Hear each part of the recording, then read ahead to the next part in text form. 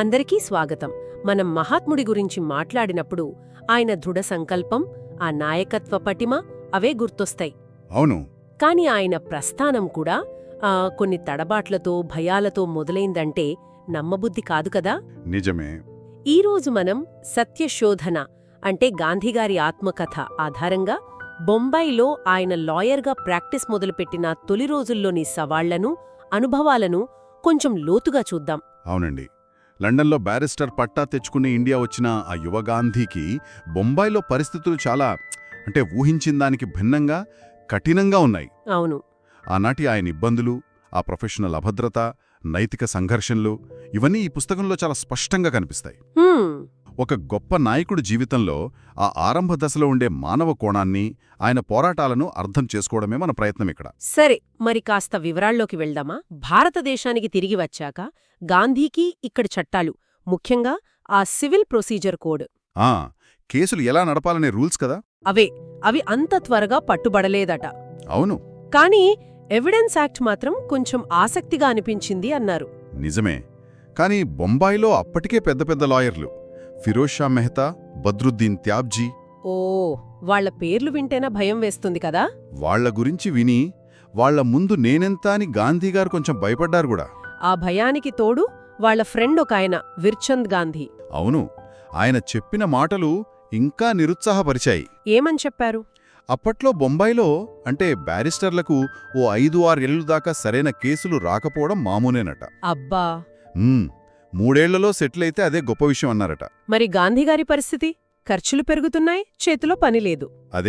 అదే ఆయన్ని బాగా కలవరపెట్టింది. మానసికంగా కొంచెం కుంగదీసింది కూడా. సరిగ్గా అలాంటి టైంలోనే ఒక చిన్న కేసొచ్చింది కదా, మాంబాయి కేసు. అవును. నెలకో 300 వస్తే చాలనుకుంటున్న టైంలో వచ్చిందది. అయితే ఆ కేసులో మధ్యవర్తికి కమిషన్ ఇవ్వాలని సలహా వస్తే గాంధీగారు ఒప్పుకోలేదు. అది చాలా ముఖ్యమైన పాయింట్. అది కేవలం డబ్బు విషయం కాదు. అవును. సత్యం, నైతికత అనేవి వృత్తిలో విజయానికన్నా ముఖ్యమనే ఆయన సిద్ధాంతానికి అది మొదటి పరీక్ష లాంటిదనమాట. నిజమే. బహుశా ఆలోచనే తర్వాత సత్యాగ్రహానికి పునాది వేసిందేమో. కేసు చాలా సింపుల్, ఫీజు కూడా 30 రూపాయలే. కానీ కోర్టులో వాదించడానికి నిలబడినప్పుడు ఏం జరిగిందో చెప్పండి. అదే అసలు ఊహించినది. కోర్టు హాల్లో అలా నిలబడగానే గాంధీగారికి గుండె వేగంగా కొట్టుకోవడం మొదలైందట. తల తిరిగినట్టు, కళ్ళు బైర్లు కమ్మినట్టయిపోయిందట. ఒక్క ప్రశ్న కూడా అడగలేకపోయారట. అంత తీవ్రంగా ఉందా అనుభవం? చాలా. ఆ పరిస్థితి ఎంత ఇబ్బంది పెట్టిందంటే ఆ అవమానంతో వెంటనే కోర్టు హాలు వదిలి బయటకొచ్చేశారు. అమ్మో. తర్వాత ఏం చేశారంటే తన క్లయింట్ ఏజెంట్ను పిలిచి, నేను వాదించలేను, వేరే లాయర్ను పెట్టుకోండి అని చెప్పి ఆ 30 రూపాయలు కూడా తిరిగిచ్చేశారు. ఆ ఫీజు కూడా వెనక్కిచ్చేశారా? అవును. పటేల్ అనే లాయర్ను పెట్టుకోమని సలహా ఇచ్చారట. ఆ క్షణం ఆయన కనిపించింది తనలో ఈ భయం పోయి ధైర్యం వచ్చేవరకు మళ్లీ కోర్టుకు వెళ్లకూడదని. నిజానికి ఆయన మళ్లీ కోర్టులో వాదించింది దక్షిణాఫ్రికా వెళ్లాకే కదా. అవును. అప్పటి వరకు మళ్లీ వాదించలేదు. అయితే బొంబాయిలో పూర్తిగా విఫలమయ్యారనలేం కదా, వేరే పనిలో కొంత ఊరట దొరికింది. అదేమిటంటే పోర్బందర్లో అన్యాయంగా భూమి కోల్పోయిన ఒక పేద ముసల్మాన్ తరపున ప్రభుత్వానికి ఒక మెమోరియల్, ఒక విజ్ఞాపన పత్రం లాంటిది డ్రాఫ్ట్ చేశారు. అది తయారు చేశారు. అది చూసి స్నేహితులు బాగుందని మెచ్చుకున్నారు. దానితో కొంచెం కాన్ఫిడెన్స్ వచ్చుంటుంది. కరెక్ట్. కనీసం ఈ డ్రాఫ్టింగ్ పనులైనా చేయగలను అనే నమ్మకం కలిగింది. కోర్టులో వాదించలేకపోయినా లీగల్ నాలెడ్జ్ వాడటానికి ఇదో దారి అనిపించింది. డబ్బు సంపాదనకు ఇంకో ప్రయత్నం కూడా చేశారు కదా, టీచర్ అవ్వాలని. అవును. ఒక పేరున్న హైస్కూల్లో రోజుకు గంట ఇంగ్లీష్ చెప్పటానికి ₹75 జీతం అని పేపర్లో చూసి అప్లై చేశారు. మెట్రికులేషన్ పాస్ అయినా ఇండియాలో ఏదైనా యూనివర్సిటీ నుంచి గ్రాడ్యుయేషన్ లేదనే కారణంతో ఉద్యోగం ఇవ్వలేదట. ఓ, అప్పటి రూల్స్ అలా ఉండేవన్నమాట. అవును. ఇంగ్లాండ్లో బ్యారిస్టర్ అయినా ఇక్కడ బోధించడానికి లోకల్ డిగ్రీ కంపల్సరీ. ఇలా వరుస వైఫల్యాలు, ముఖ్యంగా ఆ కోర్టులో జరిగిన భయంకరమైన అనుభవం, ఇవన్నీ చూశాక ఇక బాంబేలో ఉండి లాభం లేదని గాంధీకి అర్థమైపోయింది. అందుకే రాజ్కోట్కి వెళ్లాలని నిర్ణయించుకున్నారు. అవును. సుమారు ఓ 6 నెలల తర్వాత రాజ్కోట్కి వెళ్లిపోవాలని ఫిక్స్ అయ్యారు. రాజ్కోట్ అయితే ఏంటి ఉపయోగం అనుకున్నారు? అక్కడ వాళ్ళ అన్నయ్య లక్ష్మీదాస్ గారు ఒక చిన్న ప్లీడర్గా ఉండేవారు.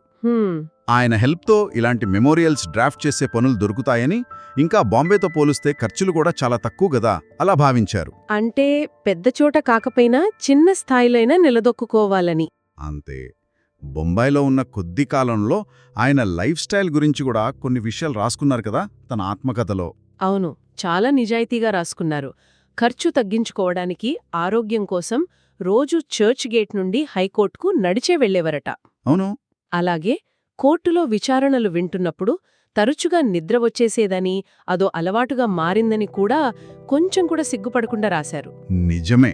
ఆ నిజాయితీ ఆయన వ్యక్తిత్వంలో ముఖ్యమైన భాగం. సో మొత్తం మీద చూస్తే ఈ ఆరంభ దశలోని అనుభవాలు, ఆ కోర్టులో భయం, నైతికతకు కట్టుబడటం, వైఫల్యాలు, వేరే దారులు వెతకడం, చివరికి పరిస్థితులకు సర్దుకుపోవడం, ఇవన్నీ ఒక అసాధారణ వ్యక్తి ప్రస్థానంలోని సాధారణ ఆరంభాన్ని మన కళ్లకు కడుతున్నాయి. ఖచ్చితంగా. దీన్ని కొంచెం పెద్ద చిత్రంలో చూస్తే ఈ తొలి రోజుల ఇబ్బందులు, ఆ అవమానాలు, వైఫల్యాలు, బహుశా వీటి నుంచే ఆయనలో భవిష్యత్తులో మనం చూసిన ఆ అసాధారణ దృఢ సంకల్పం, ఆ నైతిక స్థైర్యం, సత్యం పట్ల ఆ నిబద్ధత పుట్టాయేమో అనిపిస్తుంది. అవును. ఆ వైఫల్యాలే బహుశా ఆయన్ని మరింత లోతుగా ఆలోచించేలా చేసి తనదైన సొంత మార్గాన్ని వెతుక్కునేలా ప్రేరేపించి ఉండవచ్చు. ఇది నిజంగా ఆలోచించాల్సిన విషయమే. జీవితంలో ఇలాంటి ఆరంభ వైఫల్యాలను, ఇంత నిరాడంబరమైన పోరాటాలను ఎదుర్కొన్న అనుభవాలు, తరువాతి కాలంలో ప్రపంచాన్నే మార్చిన మహాత్ముడు లోపల ఆ అసాధారణ స్థైర్యాన్ని, ఆ వినూత్న నాయకత్వ పద్ధతులను, ఆ నైతిక నిబద్ధతను ఏ విధంగా ప్రభావితం చేసి ఉండవచ్చు, దీనిపై శ్రోతలు కూడా ఆలోచించవచ్చు.